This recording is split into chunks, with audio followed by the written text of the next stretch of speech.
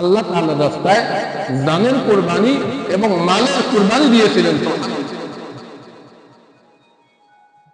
তাই আল্লাহ রাব্বুল আলামিন তাদেরকে দুনিয়ায় থাকতেই সার্টিফিকেট দিয়েছেন। সুবহানাল্লাহ।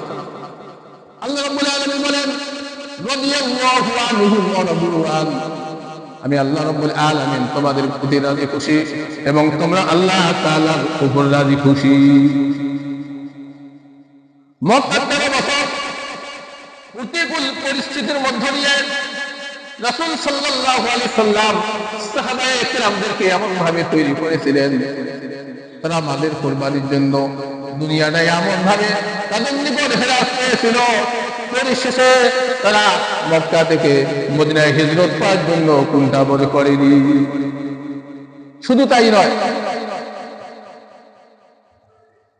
বাপ দাদার ভিটামাটি ছেড়ে দিয়ে যুগ যুগান্তর ব্যবসা বাণিজ্যকে পায়ে দিয়ে লাঠি মেরে দিয়ে আল্লাহর ডাকে সাড়া দিতে তারা কোন রকম কুণ্ঠাবোধ করেনি। সম্মানিত হাজির,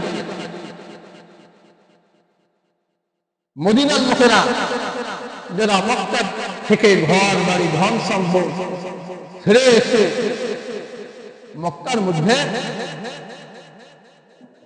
মদিনার লোকেরা না মক্কার লোকেরা যারা ঘর বাড়ি ছেড়ে মদিনায় এসে আশ্রয় নিয়েছেন, তাদেরকে ভালোভাবে আশ্রয় দিয়েছিলেন মদিনাবাসীরা। সম্মানিত হাজির, তাই আমাদের আল্লাহর রাস্তায় দান করতে হবে। আল্লাহ রাব্বুল আলামিন কি বলেন? জাত এবং মাল, এই দুইটা জিনিস। অনেক সময় মাল আল্লাহর রাস্তায় দান করতে মনে চাবে না। মসজিদ মাদ্রাসায় দান করতে কুণ্ঠাবোধ করব যে এত টাকা জাকাত দিলে আমার এই পরিমাণ অর্থ চলে যাবে, এই পরিমাণ অর্থ সম্পদ আমি অন্য খাতে লাগাবো, এই চিন্তা ভাবনা আপনাকে আমাকে করা যাবে না। আল্লাহ রাস্তায় দান করলে কমসা, আল্লাহ রাস্তায় দান করলে আল্লাহ তাআলা বৃদ্ধি করে দেবেন। হযরত মুহাম্মদ সাল্লাল্লাহু আলাইহি সাল্লাম নবুয়ত পাওয়ার সঙ্গে সঙ্গে যখন তিনি নবুয়তের প্রকাশ্যভাবে ঘোষণা দিয়ে দিলেন, বিবি খাদিজা রাদিয়াল্লাহু তাআলা আনহা ওই সময়ে তিনি উরাকা ইবনে নওফলের কাছে বক্তব্য শুনলেন। হেরা গুহার ঘটনা তখন শুনে ফেললেন। তিনি জানতে পারলেন, তিনি বুঝতে পারলেন রাসূল হিসেবে মুহাম্মদুর রাসূলুল্লাহ সাল্লাল্লাহু আলাইহি সাল্লামকে আল্লাহ রাব্বুল আলামিন বিরাট দায়িত্ব দিতে আসছেন, বিরাট দায়িত্ব দিতেছেন। আর এই দায়িত্ব পালনের জন্য অর্থের প্রয়োজন আছে। সম্মানিত হাজির, বিবি খাদিজা রাসূল সাল্লাল্লাহু আলাইহি সাল্লামের প্রতি ঈমান আনার সাথে সাথে তার সমস্ত সম্পদ তিনি রাসূল সাল্লাল্লাহু আলাইহি সাল্লামের হাতে অর্পণ করে দিলেন। সুবহানাল্লাহ।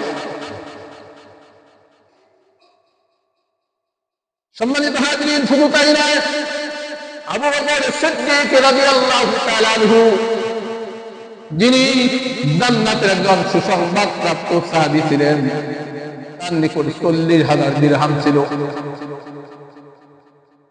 এই 40,000 দিরহাম তিনি ইসলামের জন্য ব্যয় করে দিয়ে দিলেন। সুবহানাল্লাহ। শুধু তাই নয়, কুরাইশের যেসব দাসদাসী ইসলাম গ্রহণ করার কারণে নির্যাতিত ছিল, তিনি এই সব অর্থ দিয়ে তাদেরকে করে করে মুক্তি দিয়েছিলেন।